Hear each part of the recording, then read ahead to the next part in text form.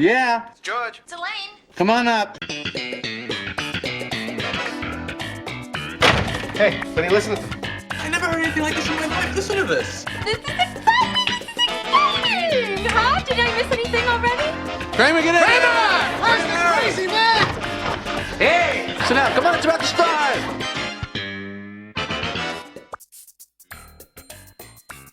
I didn't think I'd come.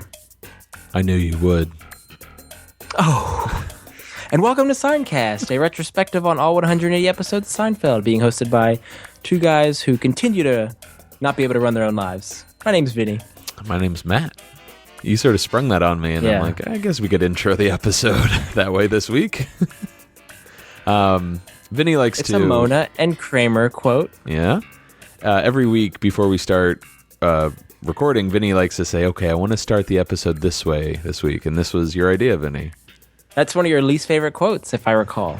I don't think I've ever said that. You've told me that. You always say, why does he say that? It doesn't make any sense. I knew you would. Really? You said that to me numerous times. I think I've got hit on the head too many times. You know, Yeah. Joe Davola knocked me down. I don't remember that one.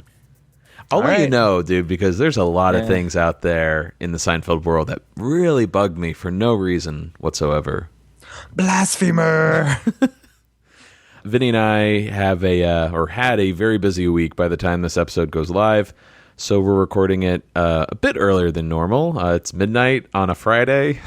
Most people are going out, you know, bars, making out on blankets. We're recording a Seincast episode, but just a heads up, in case anything crazy happens in the Seinfeld world, we are not aware of it yet. We'll do a pickup. Yeah, we'll do one of those. Yeah. I think I like short hair. Yeah. Yeah. All right, that's enough. Enough with the done. yes. What episode, Benny, do we have this week? The 22nd episode of Season 4, The Smelly Car, written by Larry David and Peter Melman, directed by Tom Sharonis, and originally aired April 15th, 1993.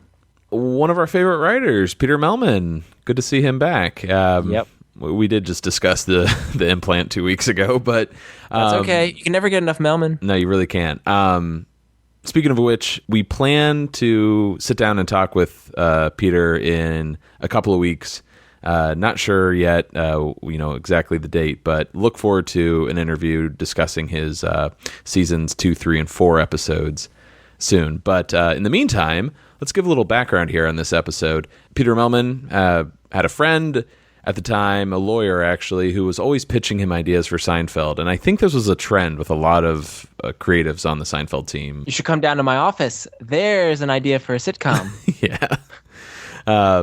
But in this case, his lawyer friend, was always pitching him ideas for Seinfeld. And of course, none of them were any good. One day, he told the story about this valet who had terrible BO. He couldn't get the smell out of his car. And never did this friend realize, hey, this is a great story idea, right? And that is the exact storyline of the episode, like verbatim. Mm-hmm. And it's one of those great storylines. It comes up every so often where it gets set up in the first 5 minutes and it tracks all the way to the end. And it's almost a part of every scene. Every character is affected by it, too. True. It's almost like the BO is a character. The fifth character. Okay.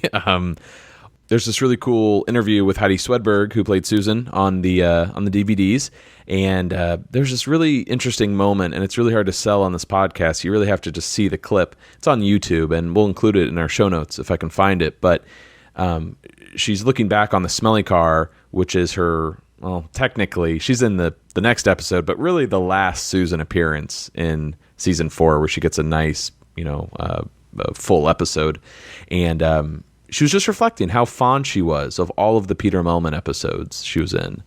And she commented that he was really kind to her because he gave her a lot of jokes. And I never really thought of Susan as, a hilarious character, really. She's kind of like that straight character in season 7. But comparing that to, or contrasting it with season 4, she is really funny this season. Yeah, I agree. You never think of her as being one of the funny ones, but yeah, she has some, especially this episode, she has some great setups and punchlines. Mm-hmm. The Cheever Letters, that's not a Peter Melman episode, but that's a really funny episode where she has to read her father's letters to John Cheever, and she's involved in a lot of funny moments with, that shot of her with Kramer vomiting on her. Then and then the bubble boy telling her to take her top off. Yeah. So she's usually the butt of a joke, but this time she got to make George squirm a little bit. Right. I think we'd have to look at all of her individual episodes. I'd argue this might be her funniest episode, though, or at least the episode where she gets just some of the funniest lines, especially directed, right at George. And we'll talk about it when we get to her scenes, but her character seems to have like a rejuvenated confidence that she previously didn't have. Oh, yeah. She's got a swagger in her step, and I think that she enjoys alerting George to her metamorphosis. Right. Or what is he calls it, a lesbianism or lesbianing? Lesbianing. Yes. Well, yeah, we're going to look forward to getting to those scenes. But 3 more bits of trivia here. The car Jerry drove during this episode, the Smelly Car, as it were, was a BMW 5 Series. We're not big car guys, right, Vinny? Not at all. But I assume this is the car Jerry got after his original was stolen in the alternate side, right? That's the last major mention of his car, right? Yeah, I don't think there was any car incident until then. Oh, that means that they were driving the BMW then up to the Bubble Boy. Remember with, Elaine? The whole thing goes 100 miles an hour. It's over like that. Yeah. Yeah. Mm-hmm. So that must have been the BMW. But also, the week before this episode aired, debuted on the 15th, Jason Alexander hosted SNL. So, I don't know how easy or difficult those older episodes are to track down. Wouldn't you say, like Phil Hartman, Chris Farley era? That's just the best. That was our cast, yes. Yeah. I don't know how easy or difficult those episodes are to track down, but hopefully we can maybe find it and post it in our show notes. Also, wasn't until late March, between last week's airing of the Junior Mint and this week's The Smelly Car, that NBC officially announced that Seinfeld was renewed for that 5th season. So we're coming back, buddy, for another season at least. I can't do it. I don't know how I'm going to write all these episodes. I can't do it. It's too much. Well, should we get started? Yeah. Whenever you ask for the doggy bag in a restaurant, there's a certain sense of failure there, isn't there? People always whisper it to the waiter. Excuse me. I'm sorry. You're going to have to give me the doggy bag. I couldn't make it. And it is embarrassing because the doggy bag means either you are out at a restaurant when you're not hungry, or you've chosen the stupidest possible way to get dog food that there is. How about the doggy bag on a date? That's a good move for a guy, huh? Let me tell you something. If you're a guy, you ask for the doggy bag on a date, you might as well have them just wrap up your genitals, too. You're not going to be needing those for a while either. Do you still use the term doggy bag? No. I use may I have a to-go box, please? Or can I get this wrapped up? No, I don't say that. One other thing real quick. Do you want to put your food in the box, or do you get a little uncomfortable when they take the plate away to put it in? I like to do it myself because I don't want them to miss a fry or not give me the sauce that I'm entitled to. So I want it at my table. Half the time when I'm looking at, my leftovers on the plate and I'm like, can I get a box? And they're like, I'll take care of it. I swear the amount of food in that to-go box is less than what was on the plate. It's too light. Yeah. Box got lighter. This hit me literally just before we started recording, how this ties into a Curb episode, right? Yes. I think of Oscar the dog, Jeff and Susie's dog in Curb Your Enthusiasm, the episode The Lefty Call.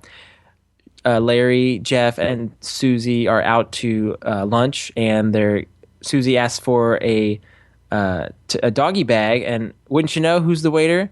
Taylor Negron, who happens to be in this episode, The Smelly Car. I don't know what you call that, but it's really weird how that's synced up. Mm-hmm. But Susie asks for a doggy bag. Taylor says, if it's for you to take home and eat yourself, you can have one, but if it's for you to give to your dog, we can't do it. Actually, she says, I think it's for my dog. And he's like, we don't give to-go orders. And then Larry's like, oh, I'll take it. Mm-hmm. And he's like, are you going to give it to her? Or are you going to take it home? Is this for you, Larry? Yes. Mm-hmm. Good old Taylor Negron. It's sad still for those of you that don't know, he passed away back in January, right? Yeah. And it's always sad seeing one of those characters. I was watching this episode with Liz, my wife, earlier, and she didn't know that he passed away, and she was really sad. Just this one character actor. He was only 57. Yeah, really young too.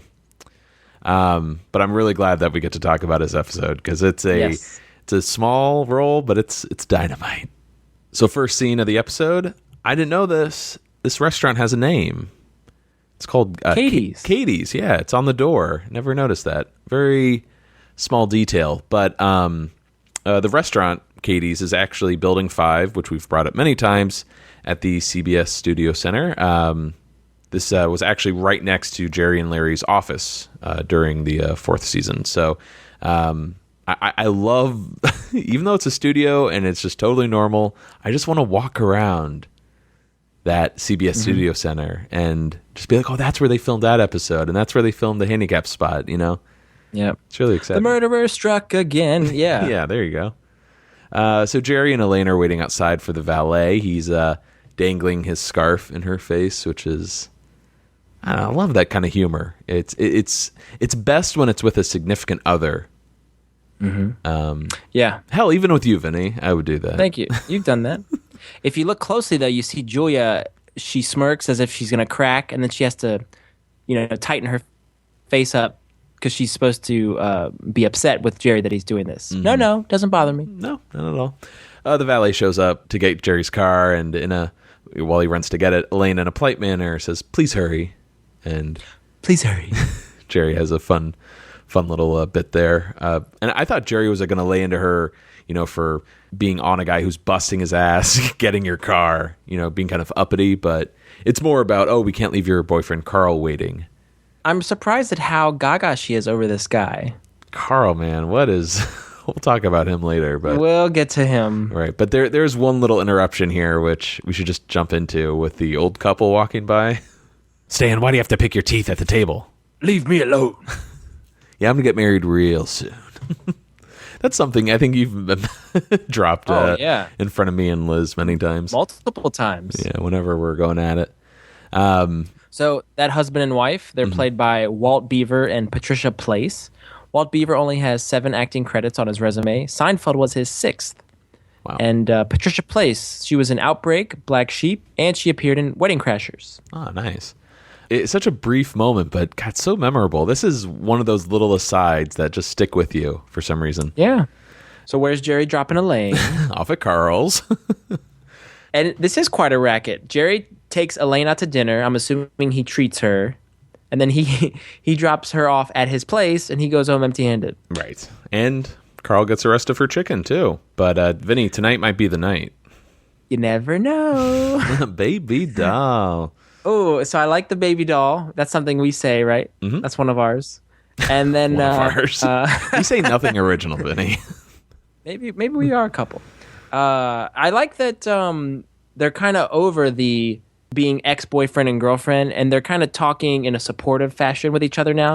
Like Jerry's kind of, it seems like he's not threatened in any way. He's kind of happy for her now. Does that make sense? No, totally. Again, you know how much I hate relationship stuff in my sitcoms, but watching this show episode by episode from the beginning, I feel like I'm imagining more going on here than what's actually happening. Like whenever Jerry and Elaine are talking about the opposite sex or dating or whatnot, I feel that weight from the Deal episode. I can't ignore that whenever they're talking about relationships, and part of me feels like Jerry is still not hung up on Elaine, but it's kind of tough to be like, oh, I'm going to drop off my ex-girlfriend at someone's apartment, and tonight's the night they're going to get it on. It's just... Well, he inquired about it, but just the way he plays the scene, it seems like he's genuinely happy for her. Yeah, that's possible. But either way, they're friends. You know what I mean? So who knows? I think you could take it either way. It's whatever you want to see, but eventually, right, the valet drops off the car. Thank you, brother. And then I love that. He's being so folksy, right? He's being folksy. You could see that. Yeah, I guess. Totally folksy. Before we leave or before they drive off, you saw in the script, I guess the valet had a name? Gregor. Let's call him Gregor for the rest of the episode. I like that. All right. His name tag says valet. Yeah. So we're in Jerry's car, and let's just go right into the clip. What, do you smell something? Do I smell something? What am I, hard of smelling? Of course I smell something. What is it? I think it's B.O. What? It's B.O. The valet must have had B.O. Can't be. Nobody has B.O. like this. Jerry, it's B.O. But the whole car smells. So? So when somebody has B.O., the O usually stays with the B. Once the B leaves, the O goes with it. I love that moment at the end where they stick their heads out the window like Ace Ventura, right? Yeah. But when they come back in, Jerry's noise, it's like, like that. And that line that he uses, the O usually staying with a B, that line always sticks with me. Mm-hmm. Very, very good phraseology there. Oh, that's a great one. George has a great one. And Elaine even has a great little rhyming pattern with Carl later. But yeah, here we are, a couple of minutes into the episode, already got the main setup. And it's so unique too, man. Like this is obviously what Peter Mullman picked up on with his friend, kind of mentioning this. Is it's such a small little idea, but you can just stretch it into 22 minutes of gold. Yeah, it's just insane. Stinky gold. Yeah, big whopping stinky gold.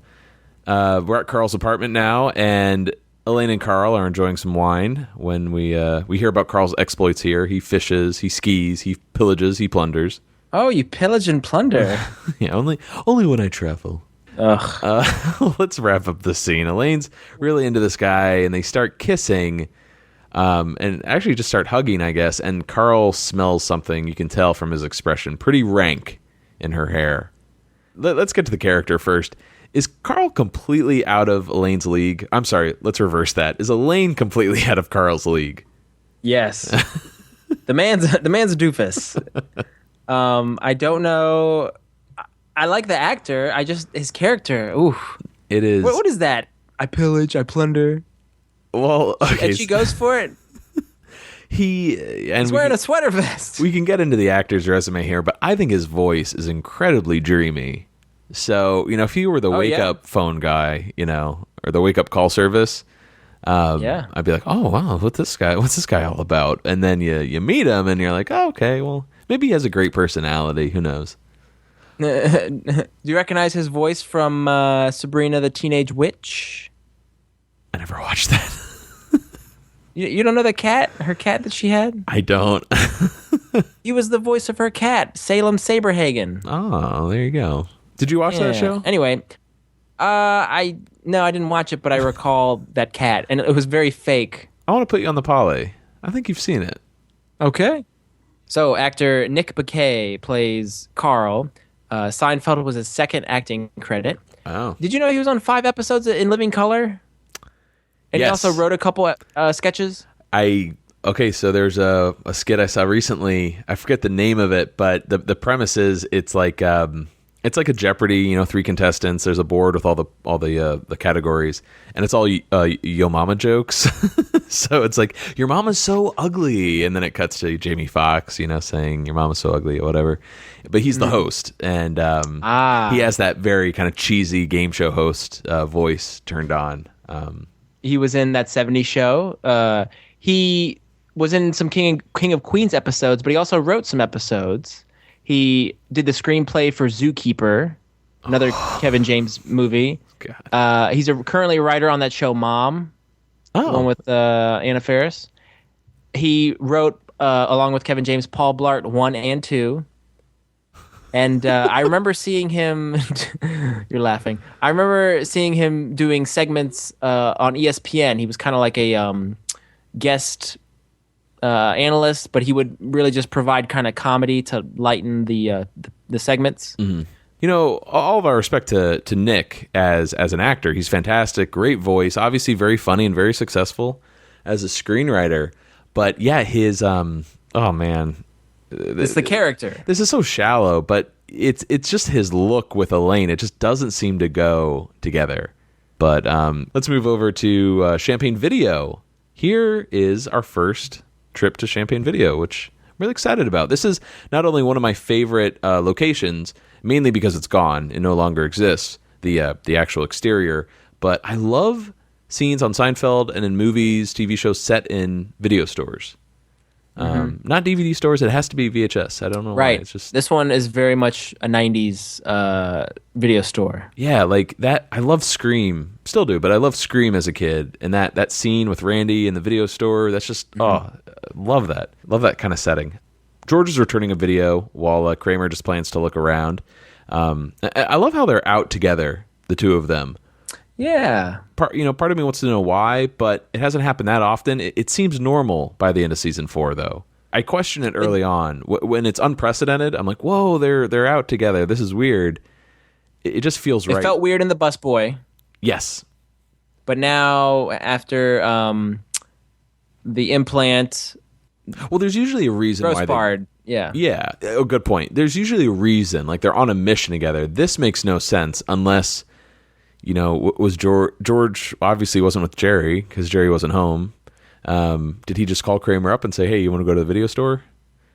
Maybe they ran into each other. Yeah. Who knows? But so while George is in line to return his tape, he spots two women holding hands. They're perusing, and we got some nice VO from George here about, hey, what is it? Lesbian sighting. Look at that. Oh, my lucky day. Yeah. You're not sure if... I'm sure everyone has their opinion, but I'm not sure if he's fascinated by the concept of lesbians or is he actually turned on by seeing them. I would argue both. I think deep down he is turned on by it, and as we'll find out later, but he kind of disguises it or leads with sort of like a sociological, oh, let me ask a few questions. I'm kind of curious what this is all about. Lesbianism, you say? Well, he says that he's intrigued that they don't need us, meaning men, and then he wants to inquire about who leads when two lesbians dance. But then he'll go on to say how hip he finds Susan, I guess for being, a lesbian in the 90s. Right. Well, which actually is pretty, I don't say hip necessarily, but that is rather progressive, having two openly gay characters on a sitcom on primetime. Well, didn't Friends also do the same thing? Yeah, Ross's ex-wife and her lover were lesbians. Right, but that I don't think had started yet. I think we're still in the pre-Friends era here. Yeah, anyways, when the couple turns around, hey, it's Susan. And George immediately, turns away, faces away, but she spots him anyways, and he meets her girlfriend, Mona, who walks away so they can catch up. And oh, wait, I want to talk about George and Mona's introduction, though, because he acts as if he's never shaken hands with somebody before. I think in his mind he goes, how would you shake the hand of a lesbian? Because he's kind of reticent to put his hand out. And then if you notice the stink eye that Mona gives him, she looks him up and down, kind of sizing him up before she walks away. Do you think Susan has ever talked about George to Mona? I wouldn't think so. Really? Because the way she looks at him, she gets that I think that George is her ex-boyfriend, especially the last guy she dated, maybe? Mm-hmm. Yeah, maybe you're right. I don't know. There seems to be something there. But then again, if you just start dating someone and then they run into an ex, you're going to feel a little uncomfortable too. Yeah. So George is pretty nervous. He's taking this all in. His ex-girlfriend, long-term ex-girlfriend, is now lesbian, but at the same time pretending, hey, when it comes to experimentation, I'm the first one in the pool. Who does Susan think she's talking to? She knows who she's talking to. I really do enjoy that Susan seems to be able to see right through George's BS. Mm-hmm. She knows how uncomfortable he is right now in this situation. He's really trying to skirt his way through. Yeah, you mentioned it earlier. She's sort of like risen above who she was before. She's matured. She's more confident. She's overcome a lot, losing her NBC executive job, finding out that her father is homosexual, and just dealing with George kind of yanking her around for several episodes. Yeah. Well, it turns out Susan's been dating women since she broke up with George, which honestly he doesn't take well. No. He tries to pretend he's happy. One would argue, hey, I'm so special. I'm the last man, she was ever with. That would be my point of view. See, I would think it's more narcissistic, and I think it's more. I do kind of side with George, because your mind can't help but think, was I the cause of this? Was I such a bad representative of the male gender that you had to just jump ship? It's funny, too. We should maybe save this for later, but why not mention it here? In The Truth, he has that line, right? I've driven women to lesbianism, but never to a mental institution. Yeah. So, George, this is not the first time George has felt this way, right? Right. It seems like he's done it before, but this time he's more torn up about it. He's like, it's happening again. I think because Susan meant a lot to him. She's the only girlfriend we know of George's that he dated for more than a couple of months. Mm-hmm. And they got pretty serious. He was like lamenting, oh my God, Susan. My darling, yeah. So that this will be twice that he's kind of pined for her when she's gone. Mm-hmm. First time because she broke up with him. Now this time, she broke up with him again. Or he broke up with her, but now she's lesbian. Right. We get a weird shot here, a cutaway of Kramer taking a golf swing with a little broom. Catches Mona's attention. Oh, man, and at that look she gives him, she is immediately impressed or enamored with him. Really, I was always confused by this moment. I'm like, what is going on back there? Because Kramer looks like he's flirting. Mona's face is sort of like a blank slate. Oh, see, I think she's drawn to him because she sees that golf swing. Mm-hmm. And she's a golf teacher. You're probably right. Back to Susan and George. She finds out the movie he's returning is none other than... Rochelle. A lot of nudity in that, huh? No. It's sidle nudity. Great term. George gets up to the counter, says goodbye to Susan. Good luck with the whole thing there. And there's a sense of embarrassment with Rochelle still. He's a little shy about going into the movie theater right in the movie because it's full of men. Everyone's just there to see the naked woman. The clerk announces the title. He knows the tagline. What is it again? He's like, yeah, a young girl's strange erotic journey from Milan to Minsk. Of course. Did you notice in the video store they have the sections, but if you look in the back corner, there's an adult section. Oh.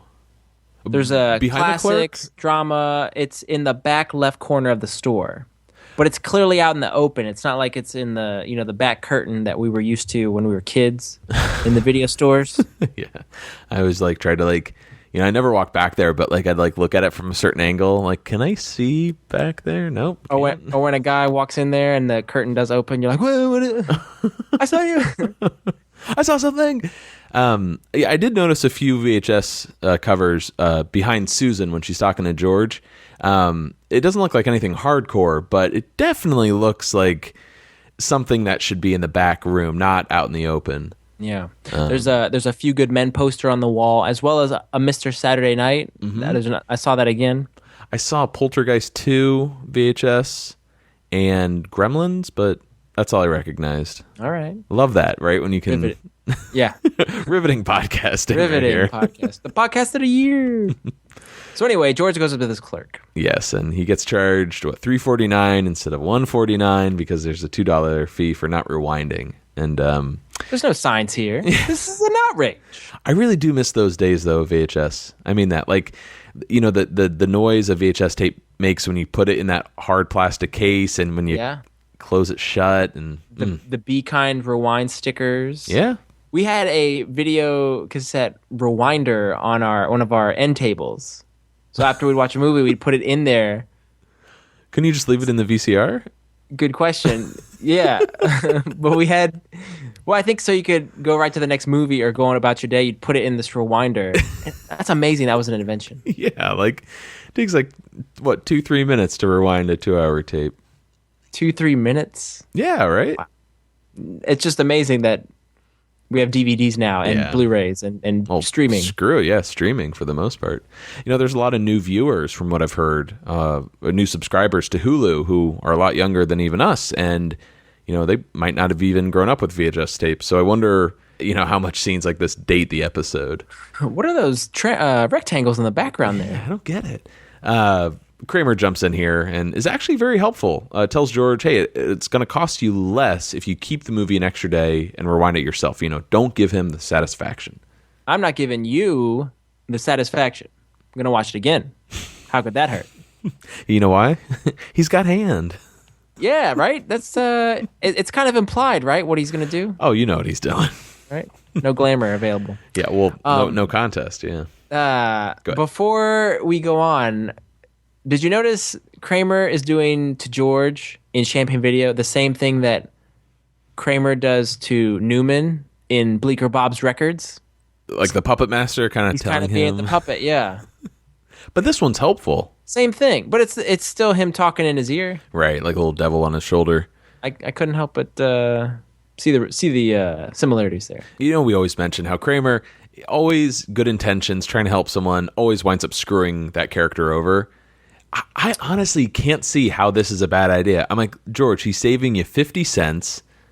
You know, do it, and you got to watch, more sidle nudity. Really, I don't blame Kramer for what happens at all. I blame George entirely, right? It's not his fault. No, you blame the valet. Mm-hmm. Oh, that's true. But it's not Kramer's fault, yet he's still the catalyst for George's misfortunes. So we're at Jerry's apartment. I didn't get what was going on here. Jerry and Elaine are wrapping up, stacks of magazines. I think he's going to recycle them. Yes, exactly. I'm a little unfamiliar with this. Magazines used to be this group of pages that people would... I just find that so fascinating. Did you have to do this, or did your parents do this when you were younger? I don't recall doing that. It makes sense, though. Yeah, just so they don't go everywhere when you recycle them. But there's a lot of magazines in the house, though. Yeah, he's got a lot. That morning, Jerry went down to the garage to check out the car. Can we talk about this? I thought he was a street guy, but maybe because of the... his car getting stolen that he had with Sid. Yeah, he must have found a garage somewhere. But I just thought that was interesting because I think that's the only mention of a garage ever on from Jerry's point of view, at least. Yeah, I missed that one. Anyways, Jerry figured the odor molecules, have had at least 12 hours to de-smell. But when he opened the door, de-smellify. Yeah. But when he opened the door, like a punch in the face, the stench hits him, almost like it had gained strength in the night. Elaine, though, can think of 6 known offensive odors that she would rather smell. What about skunk? Love skunk. Or what? I don't know what she says. I don't mind skunk. Horse manure? How about horse manure? I love horse manure. Ma-nure. We obviously don't know, what this BO smells like. We just take it. It's really bad. I ask you, Vinny, what is that one smell for you that you cannot stand? Maybe it's skunk, maybe it's horse manures or something else that... Not that you could imagine, but that you've actually smelled before that you can't stand. Honestly, I think it'd be somebody who's a chronic smoker and their breath and their clothes, it just... Oh, man. Just thinking about it. You don't smoke. Big smoker. But just when you come into contact with them and when somebody walks by you and you get a whoosh of air... And you get that get that whiff. Sometimes it smells good though, don't you think? Smoke? Yeah, like sometimes. Absolutely not. Really, no. All cigarettes, nothing smells good to you? Yeah, cigars smell okay. Oh wow, interesting. But cigarettes, no. I grew up in Indiana with 2 corn manufacturing plants near us, where they basically make all that lovely high fructose corn syrup. And anytime you drove by it, I got used to it, by the time I was a teenager. But anytime we drove by one for a mile or half a mile, I would hold my breath. It just smelled so awful. I worked on a TV show once where the crew had just finished filming in this town that had a paper mill. And they said that a paper mill, like the entire town, reeks. There's no way to escape it. And it is the worst, just god-awful. So the car wash wants $250 to detail the car and get the smell out, which, irritates Jerry a bit. He's going to demand that the restaurant pay for it instead. Listen, let me ask you something. When you're with a guy and he tells you he has to get up early, what does that mean? It means he's lying. Wow. Why? Is that what he told you? Yeah, last night. Oh, come on. Men have to get up early sometime. No, never. Jerry, I'm sure I've seen men on the street early in the morning. Well, sometimes we do actually have to get up early, but a man will always trade sleep for sex. Is it possible I'm not as attractive as I think I am? Anything's possible.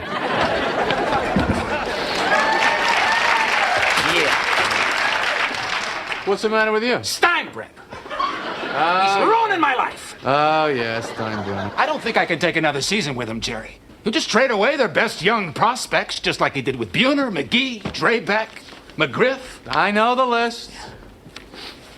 What's that smell? What smell? Ooh. You stink. Great line and very true commentary that men will always, always trade sleep for sex. Yes. And that's such a great bit of blocking when, Elaine at the start is like, what does that mean? And Jerry turns the corner. It means he's lying. It's very fluid. I think you can hear Glenn Padnick definitely crack up during that one. And this joke, as true as it might be, also comes into play later. There's this nice little... This episode is just so sharp, and I had a lot of fun watching it. Mm-hmm. A lot of callbacks, a lot of little setups that get paid off later. It's just really well put together, I think. And let's not forget that mention of Steinbrenner here by Kramer. Yeah. This is pure Larry David. I think it's been said in interviews that he used the show as his megaphone to kind of sound off about the Yankees and his frustration with Steinbrenner. Mm-hmm. Absolutely. And visually, when you see Kramer kind of get a whiff of Jerry, he kind of does this slide with his body and stiffens up, and he points at Jerry in the opposite direction, saying, "You stink." Mm-hmm. But it's really great physicality on Michael's part. Oh yeah, he's excellent. This is when we find out, oh no, the smell attached itself to Jerry. It's alive, and Elaine realizes, hey, this is why Carl said he had to get up early. It's because she stinks. And I love Seinfeld episodes when it gets serious. Not serious in a dramatic sense like in The Deal, but when they take such a goofy concept and treat it very seriously. The Race comes to mind when Jerry tells the story about Duncan Meyer and he's at the Punch Bowl or the Cider Bowl. And it's wonderful, too, I think, to parody those great like sci-fi B movies of the 50s here, the way they talk about it. Point. I don't know if they mentioned The Blob in this episode, but they have in previous episodes. Same thing happened in The Blob, yeah. I want to point out, though, when Kramer asked Jerry to end the scene, what happened? Jerry says, what happened? My car stinks is what happened, and it's destroying the lives of everyone in its path. Yes. When Jerry leaves the apartment, you see Michael just lean back into the door with reckless abandon. I never know. That's as the scene is fading out. I never noticed that before, but it's really cool. He really throws himself into it. He just stiffens and then throws all caution to the wind, and he falls into the door as they fade to black. It's a cool shot. Always. I did have one note here. I don't know if you saw it too, about other things that men would trade for sex.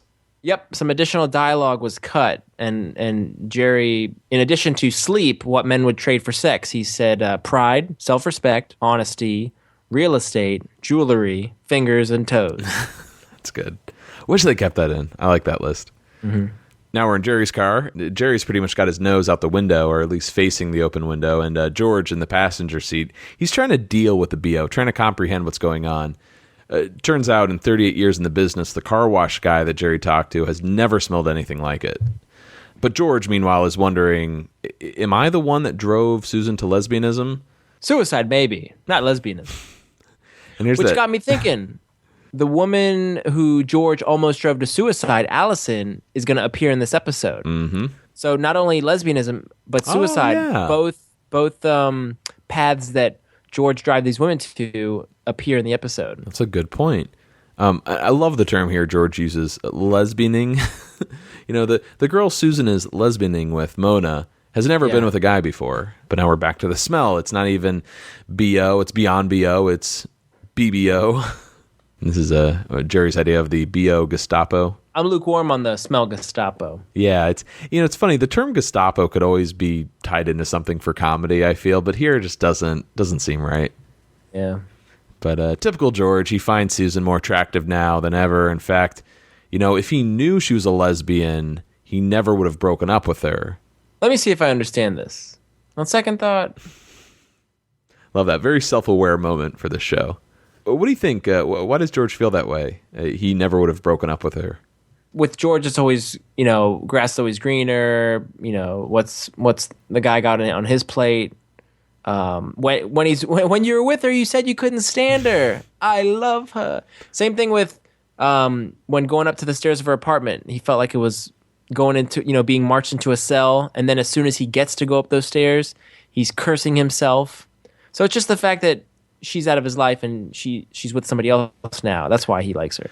Well, see, but he specifically said, if I knew she was a lesbian, he never would have broken up with her. And my theory is he would have tried for, and I'm not sure if I'm pronouncing it right, but menage a trois. He couldn't. You couldn't do it either. Oh, I know. Isn't that what he's after, though? Like, if I knew she was a lesbian, I never would have broken up with her. I would have tried to get another woman in on this thing, right? I don't think so. No. Really? I think it goes back to what you said earlier about this being progressive and hip, that George knows a woman who's a lesbian. I don't think it has anything to do with wanting to be in a three-way. So maybe it's a social status thing. Or at least like, hey, I'm dating a lesbian, maybe, right. Kind of. Okay, I buy that. That makes sense. So we're at Katie's now, and Jerry and George pull up. Immediately see the valet approach. What's his name again? Oh, Gregor. I love the back and forth. No. Go back. And he keeps getting closer. He's like confused. My favorite is, thank you, no. And I realized this guy doesn't have a credit, this actor. I don't know his name. Really? He doesn't have a credit in the show. Huh. But could you imagine being known as the actor who stunk?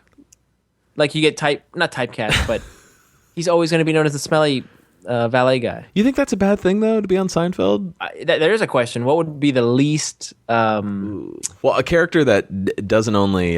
it's not like you're in the background. Like, you have to be a featured player, right? Whether it's dialogue or, like, the valet's storyline. Well, yeah, what's the least appealing... If they were going to give you a part on Seinfeld, what would be the least appealing one? I think this is right up there with it. Wow. Because are you afraid that people are going to think you smell in real life? Yeah. Well, you know what I was thinking of is when smell right now. I was thinking of Judge Reinhold when he played the Aaron, the close talker, and Julia tells the story of seeing him out, in the wild, and she bumped into him, and she impulsively or instinctively recoiled when he came up to her to say hi because he remembered her as the close talker. So I would think, not that, but I guess this is a BS argument. No, it's a good one. Because you can't. It's a good because you can't even smell the guy. So he didn't really smell. They're just acting like he smelled. Right, and he's also, I mean, all I respect to the valet actor. It's kind of forgettable. Like, I don't think anyone would recognize this guy in the street. You'd recommend. Aren't you that stinky guy from Seinfeld? Right. Yeah, you're right. I think it would be tough to be. Well, speaking of Julia, when she met like the real Joe Davola, like that freaked her out a little bit. But he's a cool character, though. Mm-hmm. Yeah, I don't know. I'm gonna have to think about that. That's a good question. Which character do I not want to be remembered as outside of the show?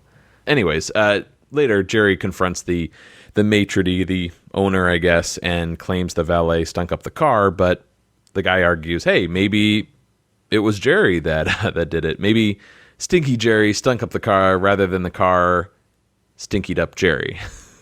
It's the chicken and the egg. Thank you very much. Jerry tells the guy, hey, go smell the car, see what's worse, just one whiff. Forget about smelling the car. Smell the valet. Go to the source. We cut to the maitre d' in the car. Windows up, not able to take the smell anymore, and begging to be let out. But Jerry makes him suffer until he agrees to pay for half the car wash detail. $125. That maitre d' is played by Michael DeBar. He was actually the former lead singer of a band called Detective, and they were on Led Zeppelin's label, Swan Song. This guy's married to Pamela DeBar. He dated Jimmy Page. She also dated Keith Moon, Todd Rundgren, and Frank Zappa. So all these famous, legendary musicians. Wait, he dated them? No. His wife, Pamela. Okay. The reason I bring that up is because Michael DeBar is friends with Jimmy Page, but he ended up marrying Jimmy Page's ex-girlfriend. Oh, how do you like that? Anyway, Michael DeBar was also in a horror movie called Ghoulies. Oh, yeah. They're coming out of the toilet. Yeah, exactly. He was in MacGyver, 11 episodes of Melrose Place, as well as Mulholland Drive. MacGyver. Nice little run there. Interesting guy. He looked really familiar when I was watching this episode, but I couldn't put my finger on it. Great scene here, though, with him stuck in the car, Jerry and George going back and forth. It's like they're gangsters, you know? Yeah. Like they might as well be dangling, him by his feet outside a window. But suddenly George realizes, hey, someone stole his copy of Rochelle from the dashboard while they were inside the restaurant. I had to rewind. I had to, go back to earlier during the driving scene, and sure enough, it's sitting there right on the dashboard. Okay. Rochelle. And George wants the maitre d' to pay for it, but he, of course, refuses, claims he already got his $7. So $7 for a movie back then? Oh, man. Probably a night show, too. The way he says that, and he's like, erotic journey from Milan to Minsk, does that mean he didn't like it? Yeah, he's not impressed. He thought it was a waste of money. Okay. Well, being, European, I'm sure the movies over there are a lot more titillating than the ones. Too much sidal nudity, not enough frontal, I think. Yes. For him. Well, we're at Carl's apartment again, and Elaine is explaining to Carl about the valet's rampant mutant BO. The O went from the valet's B to the car to me. Love that line. Love the rhyming. Jerry thinks it's an entity. Right, but Jerry thinks it's an entity. But she showered and shampooed. We really haven't given Carl much love here, but I wanted to at least play this short clip because he has a really nice performance here, the actor. But I showered and I shampooed, so... That's a relief. Yeah. What? It's still there. No, it can't be. I shampooed, I rinsed, I repeated. It's still there. I smelled it. I don't smell anything. Here, take another smell. No, here, just one more smell. Please. That'd be a good, well, I guess the valet would be the good poster for the week, but him like doing that. I don't mean to bring this kind of talk around here, but if you freeze frame that shot of him up against the wall, it's a little suggestive, actually. That's a good point. Yeah, I freeze framed it earlier, and I asked Liz, I'm like, what do you think about this? Like, if you didn't know what was going on here, what thought comes to your mind? But yeah, I love that last line. No, please. Back to Champagne Video. George is dealing with the clerk again when Susan arrives, and this is kind of weird. Not sure why he didn't ask her out, or call or ask her out for coffee, but feels concerned to bring this up that perhaps he was responsible in some way for her metamorphosis. Yes. But before Susan can answer, the clerk says it'll be $98 to replace the stolen VHS copy of Rochelle. What $98? Yeah, he flips and politely asks Susan, though, if she has $35 to help him cover. That's a really nice touch by the writers to make George come up a little short. Yes, this is one of those episodes, man. It's early in our discussion, or at least we're halfway, hopefully. Really snuck up on me. I didn't really think much of this episode before watching it. Interesting. Really enjoyed it. So Susan can't believe George wanted her to come all the way down to be asked about being a lesbian. But before she can answer, he has just one more question, and then we'll go to a little Kramer scene. I gotta go. Yeah, listen, let me ask you something. If you and Mona were ever to dance, how do you decide who leads? I mean, do you take turns? Do you discuss it beforehand? How does that work? You're an idiot. Why? That's a legitimate sociological question. I'll see you. But- Oh, and George, by the way, you stink. You need a bath. But it's not me! It's the car! I didn't think I'd come. I knew you would. That question, that sociological question that George asks, I imagine Peter Melman and Larry David kind of being in a room and asking that question to each other. And every Peter Melman episode always seems kind of small in scope because they kind of focus on the like nitty gritty of etiquette and in common society. Do you know what I'm trying to say? Oh yeah. So that particular run by George, I can see the two of them discussing it. Also, going into Larry a little bit here, there was a Curb episode, or at least a subplot that Larry has a really good rapport with the lesbian community. It's a long story. We won't get into it here, but I wonder if that somehow branched out of this, or if that kind of mindset, what made Larry put that into a Curb episode was kind of present here with George's kind of inquisitive nature. Has Larry always been curious about lesbians and, again, the rules, the sociological sort of norm of who leads or who, who's the groom, who's the bride, that kind of craziness. But we never get an answer either, do we? No, we don't. I was telling Liz too. It's just personality. There's no rule. Okay, you know what? Are you the taller one? Are you the? We should have asked Elaine when she was best man at a lesbian wedding. She could have told George. I don't know if she gets there though. Oh, that's true. Yeah, but also, so you missed the wedding. You catch the bris. Damn. The movie store clerk is played by actor Courtney Gaines. He reminds me a lot of Rickety Cricket from It's Always Sunny. Okay. No? Yes? I see it, yeah. Yeah. He was in Children of the Corn. He was in Back to the Future. He played a character named Dixon. Oh, yeah. He is at the dance. I know him from another movie, but he's at the dance when George and... What's the mom's name? Lorraine, thank you. When George and Lorraine are dancing, and then the guy's like, "Come on, McFly, let me dance with her." And George walks away. Oh, yeah. Remember that? Marty's on stage, And doesn't George push this guy out of the way? Yeah, he kind of shoves him. It's kind of like this weird... I don't know why we're talking about Back to the Future, but he just knocked out Biff, and then, this is going to be the thing that throws George off. He's already beat the bad guy. But anyways. All right. Courtney Gaines was also in Can't Buy Me Love. He was in The Burbs, which I assume that was what you're talking about. As Hans. Yes, Hans Klopek. And then he was in Sweet Home Alabama and Faster with The Rock. Oh, okay. Never heard of that one. Is that one of The Rock's early joints, or? Yeah, it came out. You love it when I say joint for some reason. You can't pull it off. I just like that it's always a Spike Lee joint and right. just throwing joint with anyone else's name. Nobody else can have a joint. Any joints of Mona's you can talk about? Mona is played by Vivica Davis. She was in PCU. Did you ever see that movie? No, I know you're a fan, though. Jeremy Piven, David Spade. Nice 90s college movie. She played Womanist #1, which I believe was a feminist. She was in Message in a Bottle. She was in Ed TV, Castaway. And she was also in a movie in 2001 with Jason Alexander called On Edge. Interesting. I wonder if they had a scene together. So let's talk about this Kramer Mona scene. We obviously, referenced it at the beginning of the episode, but when they embrace, it's very passionate, this is forbidden. We shouldn't be together. But it's a hug. And I always thought that was kind of weird. It's a little sappy, maybe a little romantic, but it got me thinking, I don't think we've ever seen Kramer kiss anyone on the show, other than, I guess, Jerry in the Kiss Hello. Yeah. But can you think of any time Kramer kisses a girlfriend? Does he kiss Sarah Silverman before they go to bed? I don't remember that.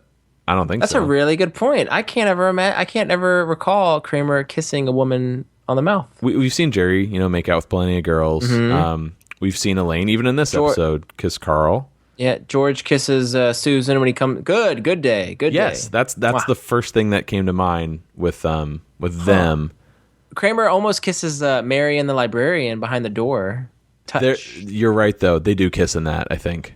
I just want to go to the episodes. If I'm way off here and any of our listeners are like, come on. Call us an idiot like Bud Abbott. Yeah, you're not an idiot. I'm the idiot here. Anyways, act break. We're at a great scene here with the car wash and the salon. Interesting to note, this car wash is the actual CBS Studio Center car wash. I didn't know that studios had their own car washes. I guess so, yeah. So we have two clips here. One with Jerry with the car washer and Elaine with her hairdresser. You give it the full executive treatment. That includes complete deionization of the entire vehicle. Where we spray everything with Osium D, let it deionize, vacuum the spray out with a deionizing machine. Hit it with high-pressure compressed air, and wet-dry vacuum to extract the remaining liquids. We top it off with one of our 7 air fresheners. In your case, I would recommend the jasmine or the potpourri. Let's do it. The first thing we're going to do is flush the follicles with the 5 essential oils. Then we put you under a vapor machine and then a heated cap. Then we shampoo and condition and condition. Then we saturate the hair in diluted vinegar. 2 parts vinegar, 10 parts water. Now, if that doesn't work, we have one last resort. Tomato sauce. Tomato sauce? Wonderful piggybacking between scenes. Same type of setup, same type of delivery. One is getting the smell out of a car. The other one is getting the smell out of Elaine's hair. Mm-hmm. I love when they do this, and it seems to be rampant through season 4. Yeah, this is one of those moments where this episode just feels very clever, and obviously they had that idea, I think, from the beginning, like, oh, Jerry's car, Elaine's hair, we can do a lot of like parallels there, but it just works beautifully, especially that montage that we get to here between the car and you have the and just Elaine. I feel like they have to add the laugh track in just to keep the energy going, but it just works so well visually. The car washer is played by, his name's Raphael, but the way he's credited on IMDb is RAF, so Rafe Morrow. Hey, Rafe. This guy was in... I didn't get that at first. Oh, you didn't get it? No. That's why I did it. Some guy named Rafe. Yeah. So, what's going on? So Rafe was in Night Court. He played a bum for several episodes, a famous bum. He was in Jake and the Fat Man for 2 episodes. We still got Jake and the Fat People coming out. Fat people. Melrose Place, and he was in getting a little loopy. And he was in Bucky Larson, Born to Be a Star, that Nick Swartzen movie. I don't remember that one. Okay. And then may I do a little Taylor Negron? Yeah, I think we talked about him back in January when he passed away, but I think we need to give him a little bit of credit, little tip of the hat. Absolutely. He plays the hairdresser. He has 131 acting credits. He was in Fast Times at Ridgemont High. He was the pizza guy. Nothing But Trouble. Last Boy Scout, where he played this awesome villain. And then he plays a really cool villain, badass. And then he plays this spineless assistant in Angels in the Outfield. So this guy's got some range, man. It's really a shame we lost him so early. Biodome, he was in a Friends episode. Stuart Little. He actually has 2 projects that still haven't come out yet. They're completed, but they're on their way to being released. And finally, Curb Your Enthusiasm. He played Davide, the waiter. Great episode. This is food for you, laddie. I did not know he was known for stand-up comedy too. Yeah, that's right. I think maybe that's one of those things you just kind of have to be in the LA area, or maybe around when he was really doing it a lot. I just knew him most from his character roles in Angels in the Outfield. Actually, that probably is where I saw him first growing up. Yeah. But yeah, he's great in this. Brings just so much color and emotion, with his eyes, how he lights up with each word coming out of his mouth. Yeah, he's great here, and just that last line, tomato sauce. Yeah, the Brooklyn accent comes out. It's so good. So after the montage here, we have Jerry getting in his car, starts the engine, and still smells. Well, Elaine goes to Carl's, and he smells her hair, and it still smells. So we go over to Jerry's apartment, and he's telling George... Still smells. Yeah, there we go. Triple play. It's a force more powerful than anything you can imagine. And nice Superman reference here. Even he would be helpless against this kind of stench. And as he's saying it, you can see that Superman magnet on the fridge. Lined up visual. And I'll take anything I can get for it. Maybe I'll buy it, says George. That's such a perfect, and for me, overlooked moment that George is thinking about buying this car. It doesn't matter. It's the whole poppy couch, right? With the pee stain. Exactly. Flip the cushion over. It's cheap. Yeah. Now we're moving from kind of like sci-fi, sort of blob entity. Now it's you need a priest to get rid of this thing. So this thing is pure evil. That is a funny line. I can't help but think of like James Woods and Andy Richter coming in. Yep. This. We'll include that clip in our show notes. No. Oh, no, come on, man. So Elaine enters, and I still smell. It's a presence. It's a beast. Jerry's really amping it up in this scene. Yes. Yeah, this episode is so much fun to watch. Like, such a pleasure to get through. Suddenly, there's someone banging on Kramer's door, yelling for him to come out. Turns out it's Susan. She's got her war paint on. And here we go. Something you've been mentioning for months now. First, he vomits on me. Then he burns down my father's cabin. And now he's taking Mona away from me. I feel like we've been mentioning that since we first met Susan. Yeah. And every little step along the way of Kramer screwing her over somehow or being the catalyst in some way. It turns out Mona is in love with Kramer. We get one of those great, just classic George quotes. I drive them to lesbianism. He brings them back. And I think the audience loves stuff like that, Mm-hmm. And a nice connection between George and Kramer. So the phone rings, and it's Kramer wondering if Susan left yet. He makes his way back to Jerry's, explaining over the phone what happened, and that's a really nice joke. It's so dumb, but it's great. It works so well. Yeah, and nobody's ever done that on a show before, and I don't know if anybody's done it since, but it's very realistic. I think, and the way that whoever did the audio engineering for that episode is really, because it sounds like it's far away or on the phone, and then once he crosses the threshold, you hear him. So it's really cool how they did that. Absolutely. It kind of reminds me, if we have to tie it into like the cell phone age, when you're calling someone, you're out, you're trying to find out where they are, you spot them, and you start walking towards each other, but you're still talking on the phone. When is There's the point? A grace period, right? Where you're like, what am I doing? Let me hang this up. When do I do it? Anyways, turns out Kramer, when he took that golf swing in the video store, Mona gave him a few pointers. Turns out she's a golf teacher. Yeah, there it is. He went to a few lessons. Something happened, but she's a golf teacher. And this is gold for Kramer. He's already taken 6 strokes off his game. There's a trivia question. Mm-hmm. Interesting moment, though, here. Kramer asks if he can borrow Jerry's jacket to wear out to dinner with Mona. Yeah. Jackets and Jerry, man. Like, he's been doing this for years now. He's already got 2 of Jerry's jackets. He has the original one he threw out, and then he has the one with the pink, the candy stripe lining. Yeah. Does it at all seem telegraphed, Kramer borrowing this jacket?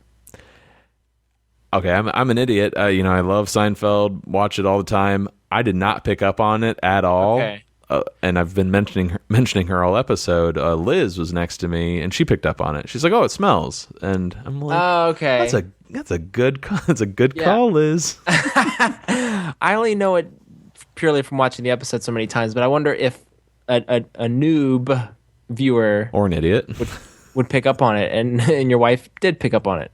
She's no idiot, yes. though. No, she's the noob. I'm the idiot. Before Kramer walks out, Elaine just wants to know how. This woman has been with women her entire life. I'm Kramer. 2 things. One of the last times we might get applause with the Kramer character. I mean, there's a lot in the finale for this season, but one of the last times, Kramer does something funny in the apartment. I feel like they kind of pare back or at least tone down on the heavy applause. One thing you mentioned the last scene with Kramer, like when he's moving away from Jerry, he just kind of flings himself in the door. He does something here too as he exits. Yeah, he kind of bumps into it, looks back as he's exiting. Right. Might not be as dramatic, but one of those moments where it's like, Michael, you have a funny line to say, that's all you need to do, but he just has to add something extra to it to make it even funnier. And it's just incredible. The more we're watching the show, the more I'm noticing all of the hard work that went into this character. The painstaking efforts he took. Like, we were talking last week about how he took it so seriously, almost to the point of showing hostility towards his co-stars, but it was a labor of love, it seems like, and he wanted it to be as funny as possible. So that's why he was the way he was. Yeah. Mm-hmm. I'm so much more taken aback by the effort he put into it, because knowing that he was working that hard for it, it didn't come naturally. It was something he really had to hone, and he beat himself up for it too. Yeah, but on screen it looks effortless. Oh, absolutely. And isn't that it looks so natural. Aren't those the best performers, the ones that make it look easy? Yeah. Anyways, we're at Monk's here, and George and Susan are having some coffee, going over the recent breakup with Mona. And George can finally bond with Susan here. You know, women. Who knows what they want? He's actually being a better friend than he ever was a boyfriend, you know? Yeah. They finally have something in common and something to talk about for once. Right. But he's even throwing compliments to Susan here. You know, you're beautiful, you're intelligent, you'll meet other girls. You know, all of this seems like he's getting something out of it. Here's where like that other shoe drops, where he's saying all these nice things, trying to relate to her, but he has to admit, hey, ever since I saw you hold hands with that woman, I, couldn't get you out of my mind. I still think he's being kind of sincere and genuine. Like he feels bad that Susan lost a girl to Kramer. Right. But he just happens to be honest with her and say, hey, I'm attracted to you still. Even more so now because you're a lesbian. He does say here, you're so hip, but I don't know, there's something about that seems false. So suddenly Allison from the outing, remember her? She exits the bathroom and walks by the table. George tries to hide again, just like with Susan in the video store, but she spots him and confronts him about owing her $50, which... do you remember that? No, it just happens to be a nice related joke that now he owes Susan and Allison money. That would be a good trivia question. How much does George combined owe Susan and... Is that $85? 85, yeah. 85! Oh, there you go. That could be the question. Yeah. So George introduces Allison to Susan. They lock eyes, and wouldn't you know it, it's the love. That beautiful vest. Hey, the vest that she got thrown up on. The same. Well, maybe it's not the same. Maybe not the same, but the same. I see you're still rocking the denim. There's snaps. So we're at the dealership, or a dealership. Hey, maybe this is from season 9. Maybe not. Oh, boy. Okay. It's getting really late here. Turns out a lot of the cars in this scene, like in the background that make up the lot, those are owned and driven by members of the production crew, which is kind of cool. I love it, like, knowing that this is a team. And we'll get into this a lot in the pilot when you see a lot of behind-the-scenes footage, but I just love the fact that it's not just about the 4 actors, or I'm sorry, all of the actors in front of the camera. Like, there's a family unit going on here. Right. Everyone chips in. Everyone's included somehow. Or at least that's the impression we get. So Kramer tells Jerry, hey, I don't know what happened. The other night, I was with Mona at her apartment.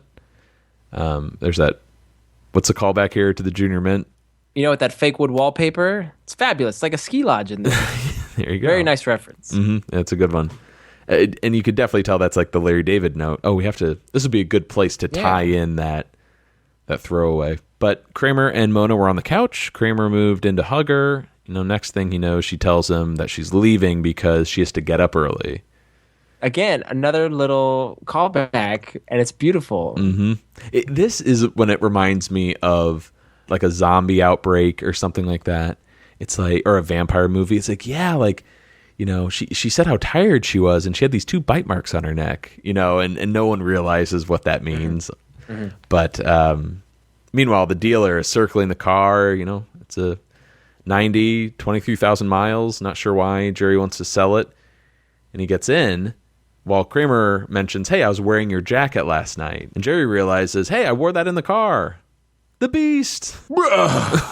I can't sell this car. Car salesman is played by Robert Noble. He was in West Wing, Bill and Ted's Bogus Journey, as well as Robin Hood Men in Tights. Oh, nice. Yeah. He's got a very unique look, comedic look. I can see him playing some pretty goofy, like, period characters. Can't buy Jerry's car, leaves him the keys while Jerry sort of channels his inner Shatner. This thing has to be stopped. And last couple of scenes here, we're at the salon. Hairdressers are surrounding Elaine and want to know what she wants to do. Sauce me. Then we cut over to the street, and this is such a solid ending. Jerry pulls up to that familiar set, right? Joe's Fruit Stand, Almo's Bar and Grill, gets out of his car. No one around except for this sketchy-looking dude sitting in the shadows. Shows him the key, sets it on the seat, opens his arms in an offering, and just walks away. Here, you take it. Yeah. And God, this guy, it's not funny until he gets in the car. You're like, what's going on here? And as soon as he sits down and recoils. That face. Yeah. And the freeze frame. I took a screen grab of it. It's a good one. It's a good capper. Please tell me you have something on this guy. Oh, I got something on this guy. Oh, he looks so familiar. Oh, you're about to be blown, my friend. Your world is about to be blown. Oh. Grant Heslov is the actor. He plays the thug. He was in Twilight Zone, 1987, Time and Teresa Golowitz. He was in Monuments Men. He was in Good Night and Good Luck, Scorpion King. He was in 2 episodes of It's Like You Know, Peter Mellon's show. He was in The Birdcage, Congo. And last one, are you ready? Do you know this already? No, I don't. True Lies. He's Fast Faisal, the hacker. Oh, I don't remember that. Oh, you don't? No. All that set up for nothing? Come on, people. You got to know who... Oh. Wait, is this the guy? He's not the producer, is he? What's his name again? Look him up. You don't know him in True Lies? Oh, man. I haven't seen that in... I think I know exactly who you're talking about. I had to Google him because I know exactly who he is. He's like a huge producer in Hollywood. He's like George Clooney's best friend. This is him? He looks nothing like... Yeah, he looks nothing like he does now. Like, he's so young, and the backwards cap and the long hair. Oh, man. And now he looks very distinguished. When you mentioned Congo, this is the guy who I thought of, but I'm like, no, that's not him. And then you mentioned Monuments Men, and I think he not only produced that with George Clooney, he obviously acted in it. I think he won the Oscar with Ben Affleck for Argo. Oh. He was on stage with him. But True Lies, yeah. Was he like... So you have Arnold, you have Tom Arnold. Yeah. Oh. Tom Arnold Schwarzenegger. Tom Arnold Schwarzenegger. Save money on the marquee. Yep. Bad joke. And then you have this guy. He's like the third in that trio. Yeah. Wild, man. He was awesome in that movie. That's why I always remember that. I had no idea he played the car thief. That's wild. Never would have recognized him. I just love that facial expression when he... Ugh. But nice work, my friend. Nice work. Do some stand-up? Yeah. Why do we need BO? What is the function of it? Everything in nature has a reason, has a purpose, except BO. Doesn't make any sense. Do something good. Hard work, exercise, smell very bad. This is the way the human being is designed. You move, you stink. Why can't our bodies help us? Why can't sweat smell good? Be a different world, wouldn't it? Instead of putting your laundry in the hamper, you put it in a vase. Go down to the drugstore, pick up some odorant and perspirant. Probably have a dirty sweat sock hanging from the rearview mirror of your car. And then on a really special night, maybe a little underwear coming out of your breast pocket. Just to show her that she's important. You know, it's funny. It's like, it sounds like stand-up. It feels like stand-up, but it just, I don't know, it doesn't do it for me. I'm kind of meh about it myself. Could be also that it's 2 a.m. Yeah, that too. I think I think it's going to play into my ratings what time it is, so I apologize to Peter Mellon and Larry David. All right, let's just get out of here then. So, what do you think? I really enjoyed this episode. I kind of mentioned it, through all my rambling, how it kind of took me by surprise. I wasn't expecting much out of this. By the order we're going, it's the penultimate episode until the finale, and I know the premise. I just don't know a lot of jokes from it, and I never ever have, searched this one out to watch. That having said that, though, I had so much fun with this episode. I think this might be one of, I know this isn't a word, but one of the funnest episodes of Seinfeld. Mm-hmm. I think it's so silly and goofy, but it works 100%. We get this almost like an afterthought of Susan. I kind of thought she was over with. There's no reason to bring her back, yet they find a brilliant way of bringing Heidi Swedberg back that, as she mentioned in that interview, she gets some funny stuff to do too. She has multiple scenes with George. She has funny lines in every scene, and I'm really glad to see that because I really like that actress and I really like that character, and I feel like she's kind of been forgotten over the years. She's only remembered for dying, if anything. Also, I don't think we've ever had a Peter Mellon, Larry David script before. Yeah, this might be a first. I mean, I enjoyed the storyline, the Smelly Car. For some reason, a lot of jumping around back and forth, but when I'm watching it, it felt a little bit disjointed for me for some reason. Mm-hmm. Do you think it's a lack of sleep? Probably. My thoughts are not good. all gelling. Yeah, exactly. But that Nick Bakay, Carl character, I see Elaine more with a big, burly, athletic type. But yeah, it was a good episode for me, but it wasn't. I don't know. There was something about it that I just couldn't get on board with. This is a bad review. No, I can see why this episode just doesn't gel for certain people. Maybe it's all the little cuts here and there. I have 18 scenes written out here when we usually just have later, 10 or 11. Yeah, well, in later seasons they jump all the time, but it's a very smooth transition. I think this one, it just felt like, wait, we're at the restaurant, we're at the car wash. I don't know. It just it felt a little bit herky-jerky, but interesting. In spite of that, the writing is still superb, and the jokes are great. The callbacks, like you said, and the references are all wonderful. That jumping around real quick, I thought it gave the episode a lot of momentum moving forward, actually. I kind of felt like not the exact opposite, but to me, it smoothed out the episode. And I think it's amazing whenever they can take a concept that's introduced immediately, and the same thing happened with the implant. How it's dropped in the beginning and it's stretched throughout the entire episode. That might be a Peter Melman quality skill set that we haven't really picked up on yet until here at the end of season 4. It's kind of cool when you watch an episode that you haven't really seen that much. Yeah. And it's kind of like you're watching it for the first time. Yeah. But what do you say, buddy? What are you going to give this week's episode? In spite of my incoherent rambling on Little Sleep, which I apologize for, I'm going to give this episode 8 parts vinegar out of 10 parts water. This is nuts. I mean, again, these ratings just they mean nothing. But I'm going to give this one. This is pretty high, actually, for an episode like this. But I loved it. And when we rank these, if we rank these episodes, this might be in my top 10 at this point. I'm going to give it 9 jasmine or potpourri air fresheners out of 10. Potpourri.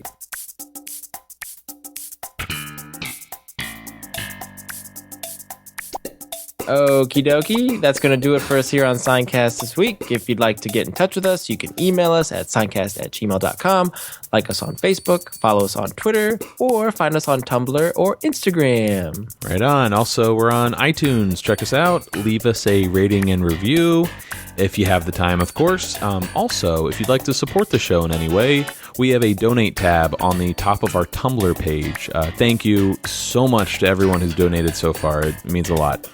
Vinny, what episode do we have next week? Next week, we're discussing the 23rd and 24th episodes of Season 4, the finale. Or, nope. Keep it going. I wrote it that way on purpose. Why'd you do that? Next week, we're discussing the 23rd and 24th episodes from Season 4, the season finale, the pilot. We should eat something, while we're discussing the episode. What do you think? Bran Flakes? 100%. I got a big problem. But for now, I'm Matt. I'm David. Signing out.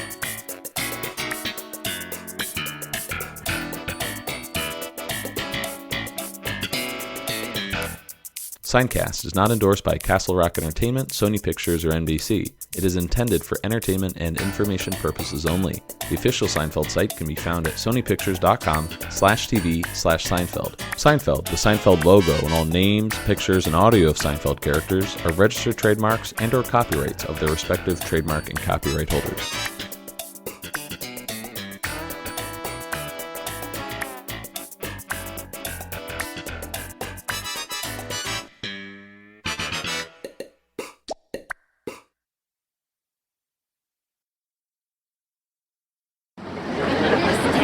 Why do you have to pick your teeth at the table? Leave me alone. It's disgusting.